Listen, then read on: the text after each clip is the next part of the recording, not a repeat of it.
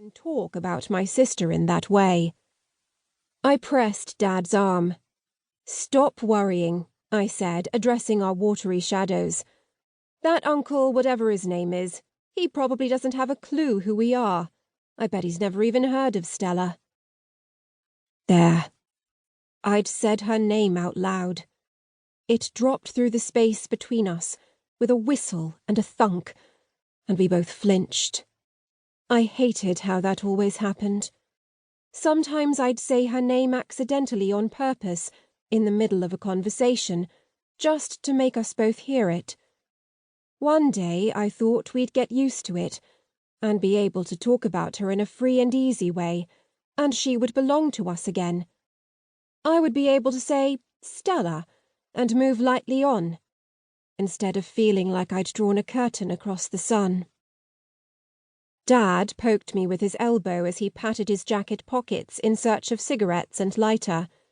He was usually furtive about his smoking habit because he knew I'd tell him off, but he didn't even pretend today, and I didn't say a word. I wouldn't have minded one myself. I was still holding that glass of Prosecco, and I took a gulp while he was lighting up. "Byrne Hall," he said meditatively, after he'd taken his first puff.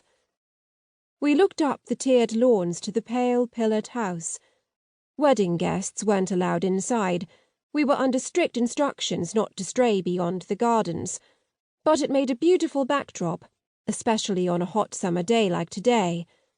It was rather austere, with its 3 identical rows of windows and the severe symmetry of its columns and chimneys, but the framing trees and sunlight served to soften the effect. I couldn't have told you what style or era it belonged to, except that it put me in mind of Jane Austen TV adaptations. Later I discovered it was 300 years old and built in the Queen Anne style. I thought about the person I'd be if this were my home, the expansive way in which I'd live and move and think, the poetry I'd write, the light and freshness that would saturate my soul. "I remember that house," said Dad. "I remember seeing it in the distance, when they took me to the cliffs in the Coast Guard boat, and one of the policemen said, 'That's Byrne Hall, that is, our local stately home.' And I said, 'Oh, yes. Nice place.'" I smiled guardedly, and Dad took a vigorous pull on the cigarette, as if it quenched a thirst.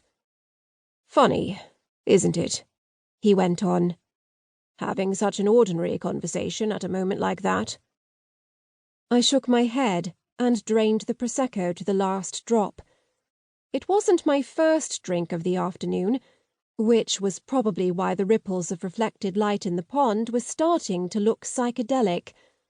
I took hold of my father's arm again, as much to keep my balance as to make him stop talking. "You'd think they would have hesitated, wouldn't you?" he went on, "before they booked it as a wedding venue. You'd think they'd have had the odd scruple. Or did they just forget?" A cigarette usually mellowed him, but he sounded bitter now. "I'm sure they didn't mean anything by it. They're only second cousins after all. They've probably forgotten it happened here, if they even knew in the first place. Anyway, it's not the house's fault that Stella died nearby, and it's a good few miles from where they found her." "It's barely a mile." Dad flicked his cigarette end away. It landed on the surface of the pond with a hiss and floated motionless like a dead creature. I watched the last grains of smoke dissolve in the hot air, and tried to concentrate on not falling over. "Lit a bug?" I said with a nudge, still trying for a light-hearted tone.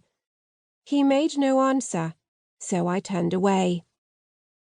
One of the guests was emerging into the garden from the cliff path, his hair plastered to his head. He must have been swimming in the sea, and the whiff of salt water on his clothes made me sit on the low stone wall. "The sea," I muttered into my empty glass, feeling hot and sick.